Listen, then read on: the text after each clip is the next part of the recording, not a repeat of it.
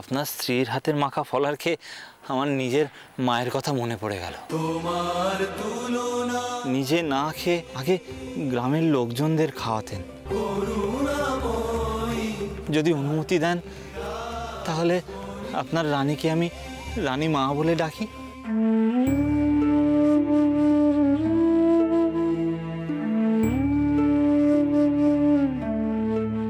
সাহেব কুটি থেকে খবর এসেছে, সাহেব এসছেন, তিনি বাইরেই দাঁড়িয়ে আছেন। ঠিক আছে, মার্টিন সাহেব আসছেন তো? আচ্ছা, তুমি বাইরে বসার আয়োজন করো, আমি আসছি। আজ্ঞে কর্তা।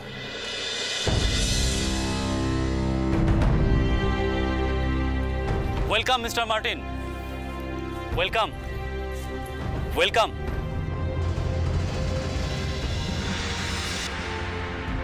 হ্যালো বাবু। শরীর গতিক সব ভালো তো? Fantastic. Thank you, please come. Thank you.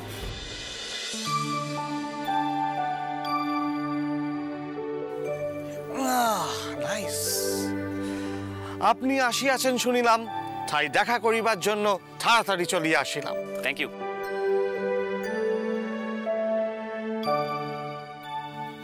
ও ঠিক, আপনিও টি পান করেন দেখিতেছি।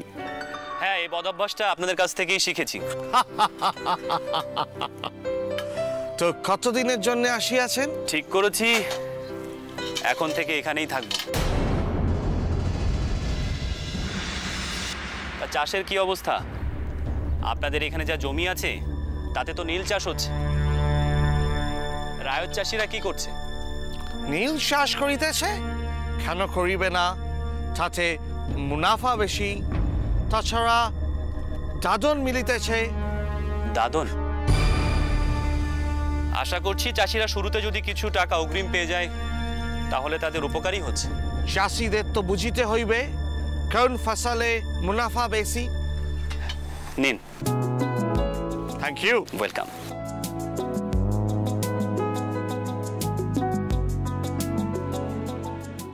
আপনাদের দেশে শিল্প বিপ্লবের পর থেকেই নীলের চাহিদা বেড়েছে।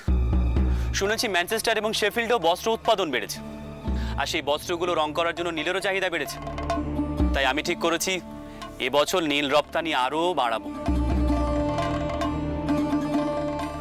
আচ্ছা বলুন তো, কি পরিমাণ নীল উৎপাদন করা যায়? কত লাগবে বাবু? আমি পাশের ভিলেজ মানিকপুরে রয়েছি, আপনি হিসাব করিয়া আমাকে জানান। তাছাড়া আমি নতুন পাইক রাখিয়াছি। পাইক? কেন বলুন তো? ফর মাই প্রোটেকশন, আমাকে রক্ষা করিবার জন্য। রক্ষা করছে? আপনার কিসের বিপদ? বিপদ নয়, ফিয়ার। আই মিন ভয়। চারিদিকে ঠেকয়ত রইয়াছে। তাছাড়া আগে যখন আপনি আসিয়াছিলেন আপনাকেও ডেকয়েতরা ধরিয়াছিল, আপনার ওয়াইফ আপনাকে রক্ষা করিয়াছে, রাইট? হ্যাঁ ঠিক, কিন্তু আপনি জানলেন কি করে? আপনি তো তখন মকিমপুরে আসেননি, আপনি তো তখন হজরতপুরে ছিলেন। কি ঠিক তো? ও ইয়েস, ইউ আর রাইট। যাজ্ঞে সে কথা। আসার সময় পাশের তালুকের জমিদারের সঙ্গে দেখা, গঙ্গারাম চৌধুরী মশাই, ভারী উপকারী মানুষ। কার সাথে দেখা হইয়াছে? গঙ্গারাম চৌধুরী মশাই। গঙ্গারাম? গঙ্গারাম গঙ্গা ডেকয়েত, ডাকাত? হ্যাঁ, ওকেই তো আমি আমার পাইক রাখিয়াছি। হযরতপুরে জমিনদার এখানে থাকেই না, ওই ডেকয়েতই ওই নামে রইয়াছে। ও অনেক ধরনের সাজগোজ জানে। I mean disguise, you know, ছদ্মবেশ। ছদ্মবেশ? তাহলে আমি জমিদার গঙ্গারাম চৌধুরী। তিনি জমিদার নয়? বউ, উনি কি গোড়া সাহেব? তুই আগে সাহেব দেখেছিস কখনো?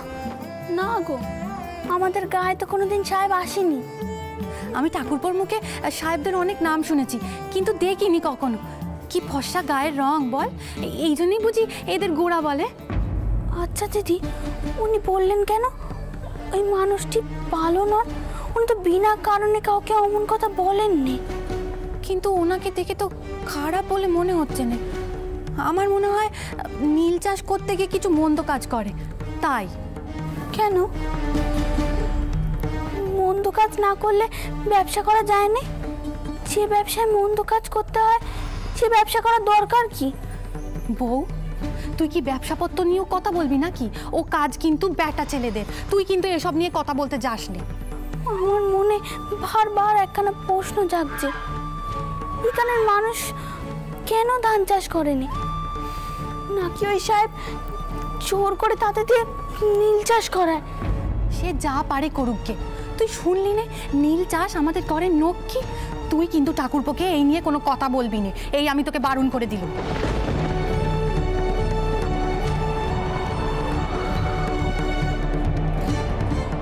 ওকে দেন, আমি আসিলাম। আমাকে মানিকপুর যাইতে হইবে যাজনের ব্যাপারে। আমার টেন্টে আসিলে আমি খুব খুশি হইব।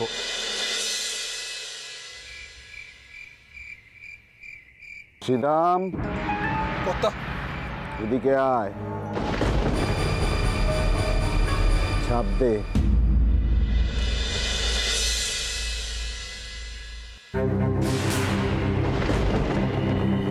ধর।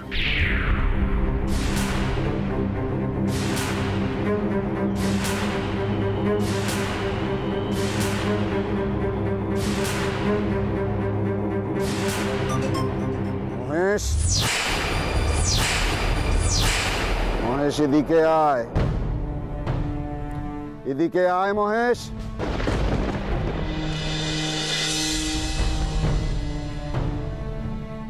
ছাপ দে। এবারে আর আমি দাদন নেব না মশাই। কি বললি? হ্যাঁ, আজকাল কানে বড় কম শুনছি, আবার বল। এবছর আমি দাদন নেব নে, আমার জমিতে আমি ধান রুইব। নীল চাষ করবি না? সাহেবের কানে যদি কথাটা যায় কি হবে জানিস? কি আর হবে? ঘর বাড়ি জ্বালাবেন, পুকুরে বিষ মেশাবেন, কয়েদ কি গুমখুনও করতে পারেন। তবুও আমি নীল চাষ করব না, আমি নীল চাষ। ভাগ জমছে নে, মুনাফা দেখাচ্ছেন, মুনাফা। আপনারা ভয় দেখিয়ে, লোভ দেখিয়ে আমারে টলাতে পারবেন না, পারবেন না। বড় বার বেড়েছিস মহেশ, প্রাণে বাঁচবি নেই। তো মরেই বেঁচে আছি নায়েব মশাই, এটা কি বাঁচা? মার্টিন সাহেবরে আমি ডরাই নে, আমি মার্টিন সাহেবরে আপনি কে বলে দেবেন, সবাই মুখ বুজে তার অত্যাচার সহ্য করবে না, অত্যাচার সহ্য। কেউ কেউ তার মুখের ওপর না বলতেও পারে।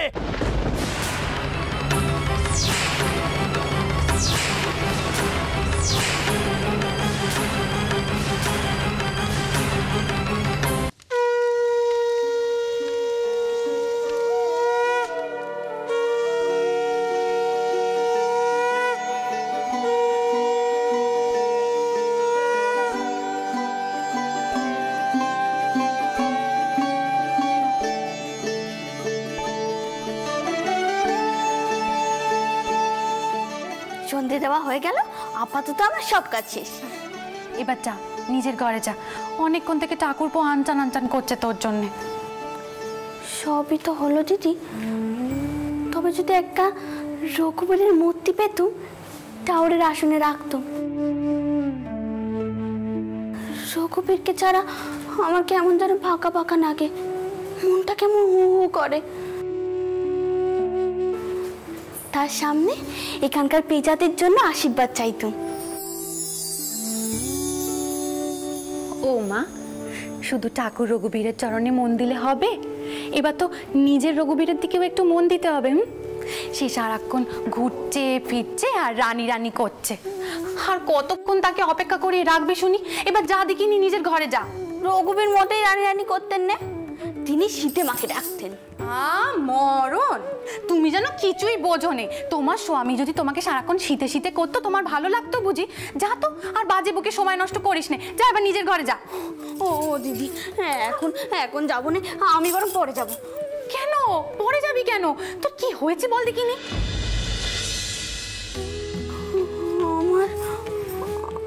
আমার খুব ভয় করছে। মা, ভয় করছে কেন? স্বামীর কাছে যাবি, এটা তো আনন্দ পাবার কথা। জানিস কত মেয়ে স্বামীর এই ডাকটুকু শোনার জন্য চাতক পাখির মতো হাপিত্তেশ করে বসে থাকে। যা, আমি বলছি কোনো ভয় নেই, যা।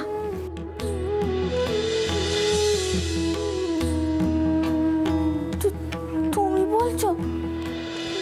কিন্তু আমি গেলে যদি তিনি আমাকে লেখাপড়া করতে বসিয়ে দেন?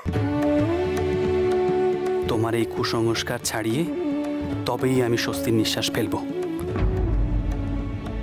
লেখাপড়া তোমাকে শিখতেই হবে। শোনো মেয়ের কথা। উফ, তাই বলে স্বামীর কাছে যাবি নে?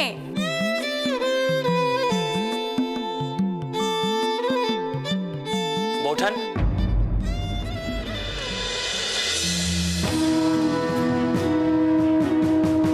আমি বড় ক্লান্ত, বিশ্রামের প্রয়োজন। ঘরে গিয়ে দৌড় দেব। তাই কারো যদি ঘরে ঢোকার ইচ্ছে থাকে এখনই ঢুকতে হবে, পরে কিন্তু আর দৌড় খোলা হবে না। দেখলি হলো শান্তি এবার। এই জন্য বলি পুরুষ মানুষের ধৈর্যের পেরিকে নিতে নেই। কখন থেকে মানুষটা ডাকাডাকি করছে, আর সময় নষ্ট করিস নে, যা এবার যা। যা দিদি, আমি আর কোনো কথা শুনবো না তোর। যা বলছি, যা। পাগল মেয়ে একটা।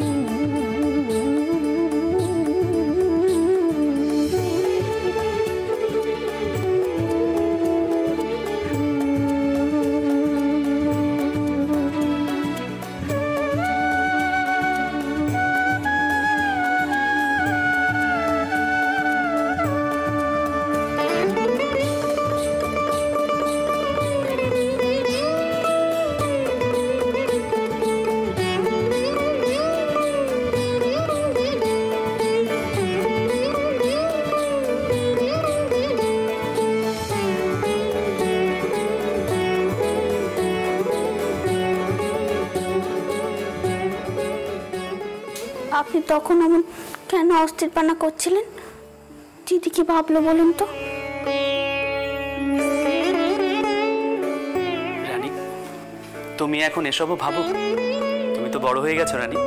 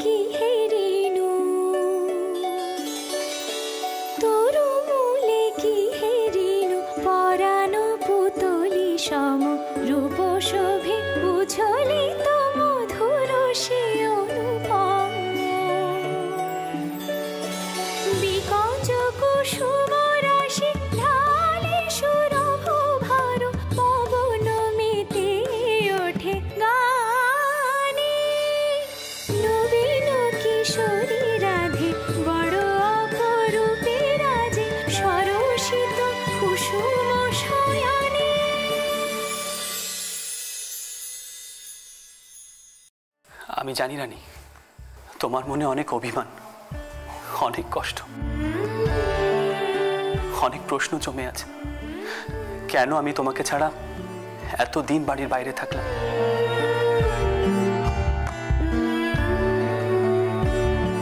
আমি তোমায় কত ভালোবাসি, তারপরও কেন বাড়ি ফিরে এলাম না? কি তাই তো রানী? তোমার এই প্রশ্নগুলোর উত্তর আমার নিজেরও জানা নেই, তবে এটুকু বলতে পারি, আমার নিজের মনের মধ্যে দোটানা ছিল। হ্যাঁ রানী, বারবারই মনে হয়েছে আমি রামমোহন রায়ের পেরাদার, তার আদর্শকে আমি মেনে চলি, সম্মান করি, কিন্তু তারপরও এমন জঘন্য কুসংস্কারে বশ হলাম। আমি তোমার সাথে কত অন্যায় করেছি, তোমায় কত কষ্ট দিয়েছি, তাই তোমার চোখের সামনে এসে দাঁড়াতে পারিনি রানী।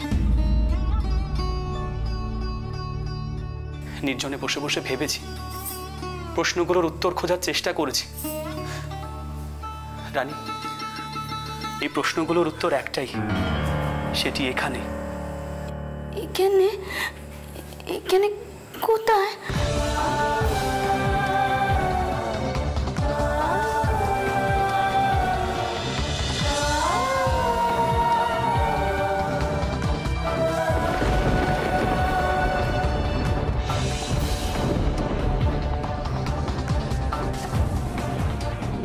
শিক্ষা। রানী, মেয়েদেরকে লেখাপড়া শিখে শিক্ষিত হতে হবে। শিক্ষাই মেয়েদের একমাত্র মুক্তির পথ। আপনি আবার লেখাপড়ার কথা বলছেন? দিদির মুখে শুনলেন না? লেখাপড়া শিখলে কি হয়? না না, আমি এসব শিখতে লিখতে পারবো না কিছুতে। রানী, তুমি তো সমাজের 5 জনের মতো করে ভাবো না, তুমি তো তোমার মতো করে ভাবো। তাহলে এই বিষয় নিয়ে কেন সমাজের 5 জনের মতো করে ভাবছো? এ নিছক কুসংস্কার রানী। আপনি বুঝবেন না, আপনি বুঝবেন না। আপনি আমার কাছে কি? আপনার কোনো বিপদ হলে আমিও শেষ হয়ে যাব, শেষ হয়ে যাব। আমি জেনে শুনে তো কি করে অতিথি বলুন?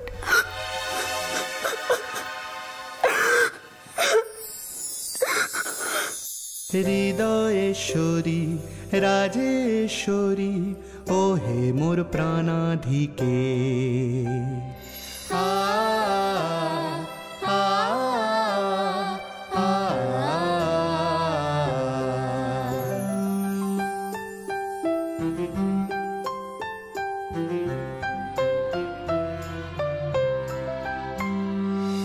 ভালোবাসি বলে লোকে কত কি যে বলে, ভালোবাসি বলে লোকে কত কি যে বলে, ভুলি না সে ছলে প্রেমের কৌশলে, জিনিব তোমারি মন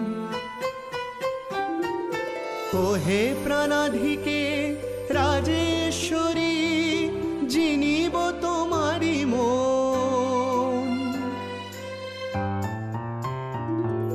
ভালোবাসি বলে লোকে কত কি যে বলে, ভালোবাসি বলে লোকে কত কি যে বলে, ভুলি না সে ছলে প্রেমের কৌশলে, জিনিব তোমারি মন ও হে প্রাণাধিকে রাজেশ্বর, জিনিব তোমারি মন, জিনিব তোমারি মন।